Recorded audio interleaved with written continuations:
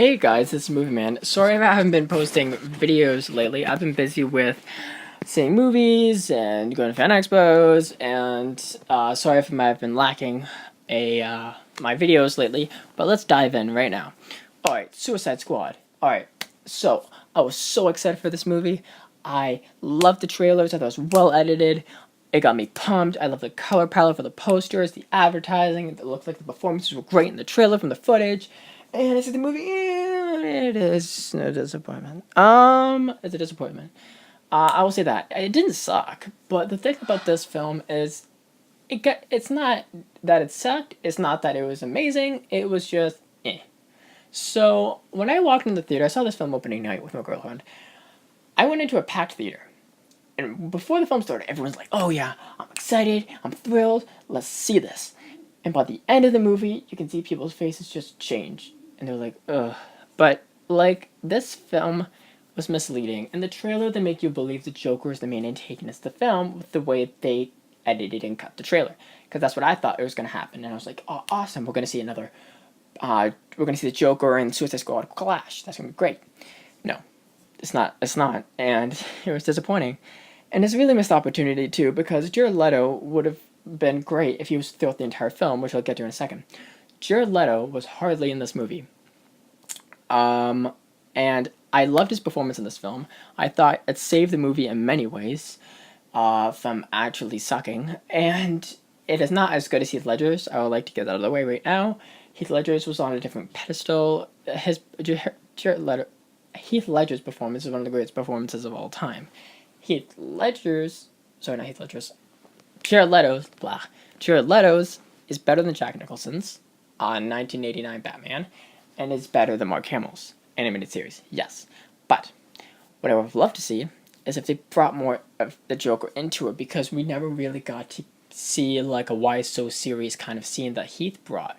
We never got to see that kind of flair that the Joker brings to screen from Jared, because they only had 5 to 10 minutes of him in the film, and it was really disappointing because I was really excited. He was the number one actor I was excited to see, because I know Jared, he really gets into his characters, and they said he prepared so much. He went to insane asylums to talk to mental patients. He watched videos of disturbing violence.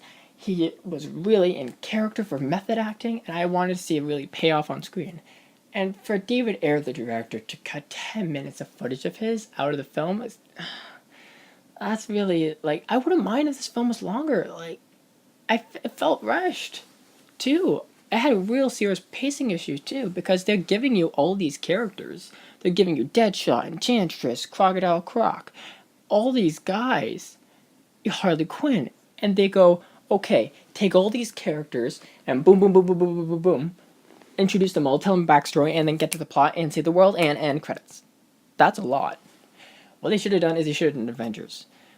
I'll explain. So Marvel did an Avengers. So what they did was they had Iron Man 2008. Then they had Captain America First Avenger. They had Incredible Hulk. They had Thor. Then they assembled them together and intertwined them in the Avengers, which worked really well. They should have done that too. They should have had Harley Quinn have their own movie so they could have more free space for them to have more time to express their character arc and backstory easier and more clearer and more in detail in an independent film, then build up to the Suicide Squad. I thought that would have been better for DC's approach, but unfortunately they went this road. As well as, I would like to say, the two performances that really saved this film from really, really, really bad reviews is Margot Robbie. Margot Robbie and Jared Leto were the key performances of this movie. There was not one moment you did not have your eyes off the screen. From the performances, they were so electric and magnetic on screen, you would want to see more, which is unfortunate because they cut a lot of it out. So, one last complaint I have, well, two more complaints, is David Ayer's directing.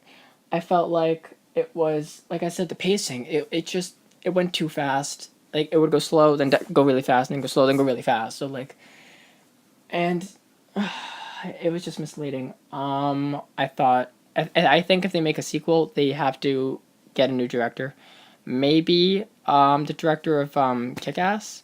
That would be a good choice, because he has that kind of violence, but also fun-heartedness to it, too. And this film should have rated R. this film, I love the idea of villains and all of it, and if they had more free range with an R rating, they could express it more, and it would have been better, like what Deadpool did.